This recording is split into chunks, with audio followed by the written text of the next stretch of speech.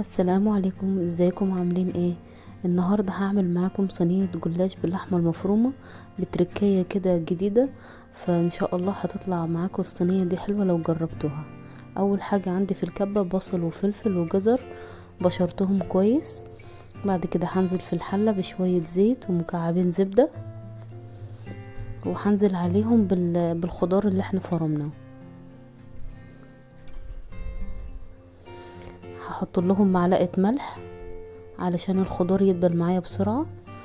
بعد كده هنزل عليهم باللحمة المفرومة، هبتدي ان انا افكها كده واحدة واحدة. ادي هي خلاص فكت. دلوقتي نزلت عليها بمعلقة صلصة كبيرة،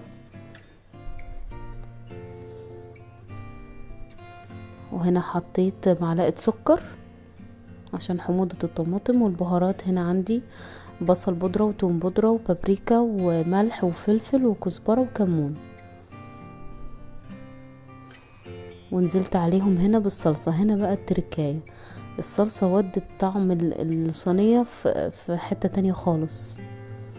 هسيبها تتسبك، وبعد كده هبتدي ان انا ادهن الصينية بتاعتي بالزبدة.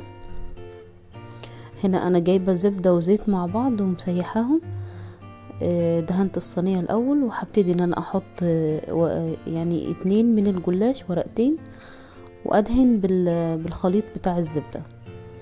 وهكذا هنفضل نكرر العملية دي لحد ما اوصل لنص كمية الجلاش. بعد كده هبدأ احط اللحمة المفرومة، وهبدأ ان انا احط دلوقتي اي جبن انتي متاحة عندك، جبنة رومي او جبنة موتزاريلا.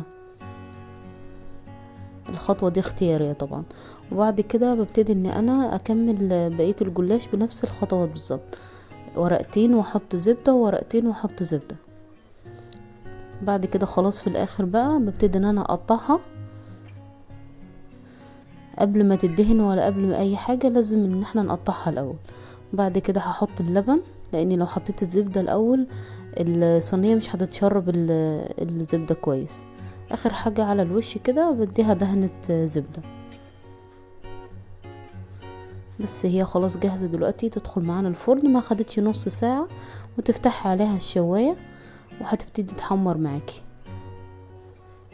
شايفين الجمال يا جماعة؟ بصوا، انا عايزاكم تجربوا الطريقة، والله مش هتندموا. احنا كلنا بنعملها باللحمة المفرومة المتعصجة كده من غير صلصة، بس بصوا طعمها بالصلصة وحتة الجبن دي اللي في النص طعمها تحفة جدا.